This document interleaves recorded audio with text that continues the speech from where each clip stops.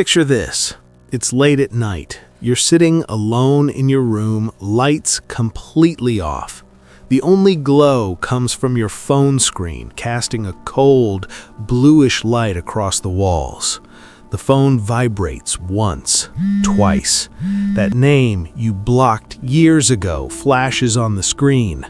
For a split second, your chest tightens. You know exactly who it is, but you don't answer. You haven't answered in years. A cold wave of relief washes over you, mixed with that old, dull ache you know too well. You cut the ties. You chose total silence. And still, the voices from the past never really stop talking. People around you say you're cold, that you have no heart, that family is everything, and you should forgive because that's what you do. They tell you you're overreacting, that you're just being dramatic, that you don't know how to appreciate what you had. But you know it's not that simple. This wasn't a little argument. It wasn't a phase. It was a decision that changed your entire life. Today we're going deep into the psychology of people who cut off their parents.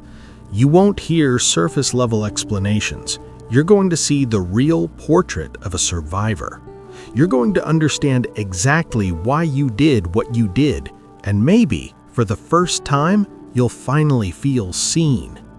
If any of this already hits close to home, hit that like button and subscribe so you don't miss the next one.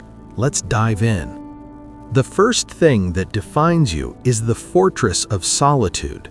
This extreme emotional independence isn't some luxury choice. It's a wall you built back in childhood when no one ever came to protect you. Your brain learned step by step that the only person you can truly count on is yourself.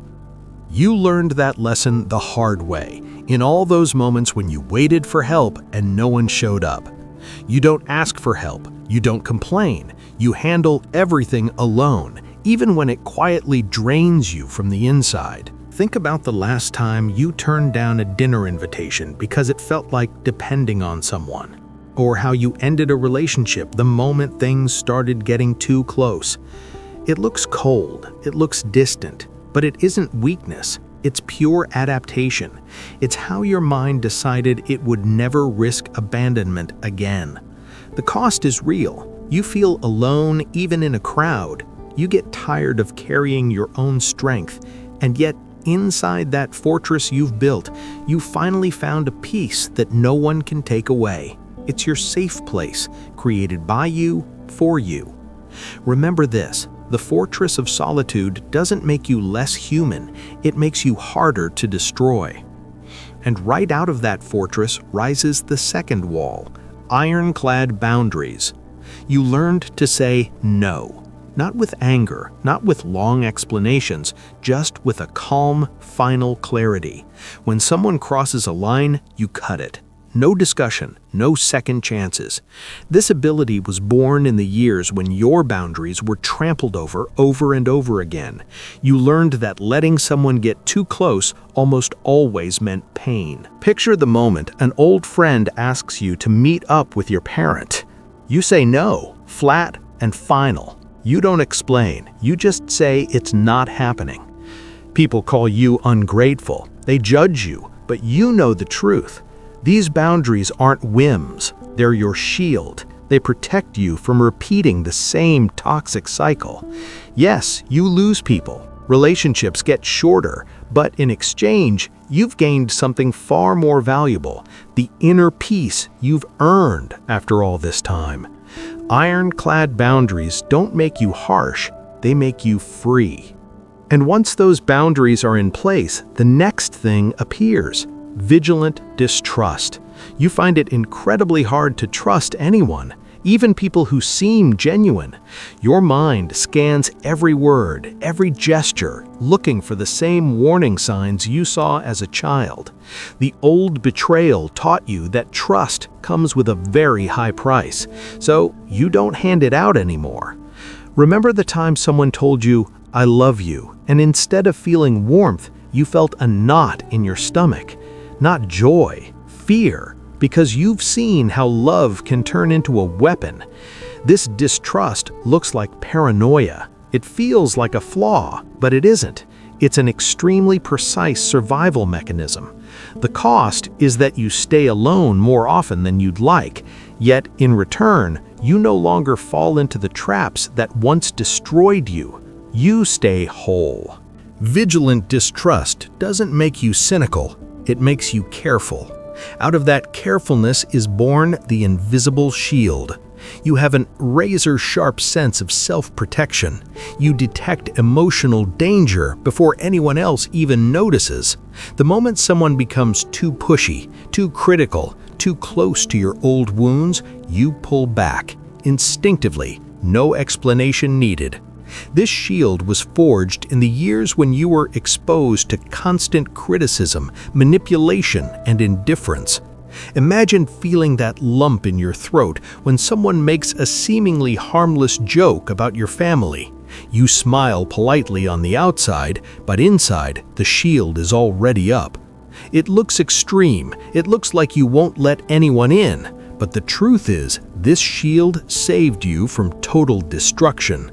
The cost is that sometimes you push away good people too. Still, you'd rather be alone than be hurt again. That's the price of survival. The invisible shield doesn't make you weak, it makes you unbreakable on the inside. And the moment that shield goes up, the alchemy of wounds begins. The resentment you carried for years didn't destroy you, you turned it into fuel. Pain became discipline, anger became drive. You don't forget, but you refuse to let it consume you. You turned poison into medicine. Think about your darkest moments, when you decided to become better precisely because of them. You studied harder, you worked harder, you built a life no one can ever take from you. It can look cold, it can look like you never forgave, but this isn't blind hate, this is pure alchemy. The cost is that sometimes you carry a weight others can't see, yet that same force lifted you out of the place where others would have stayed broken. It made you stronger than you ever thought possible. The alchemy of wounds doesn't make you vengeful, it makes you unstoppable. All of these traits come together in the final and deepest one, dark wisdom. You now have a brutally clear understanding of toxic relationships. You spot manipulation from a mile away. You recognize patterns that others miss completely. You paid for this knowledge with years of pain. Now you know exactly what a healthy relationship looks like and what will destroy you. When you see a friend repeating the same cycle with their own parents, you stay quiet. You don't preach. You just know. You know too well. This wisdom can look like cynicism. It can feel like you don't believe in anything anymore, but it isn't. It's painful clarity. The cost is that you sometimes see the world colder than other people do. Yet in return, you stop wasting time in places that poison you. You choose wisely. Dark wisdom doesn't make you pessimistic. It makes you free. These 6 traits aren't separate flaws. They form one single portrait. The portrait of a survivor who chose peace over fake connections. You are not cold. You are not just dramatic. You are someone who learned the hardest lesson life can teach. You paid the full price for your freedom, and you earned it. If you see yourself in these words, you are not broken. You are built differently. You are stronger than anyone ever told you.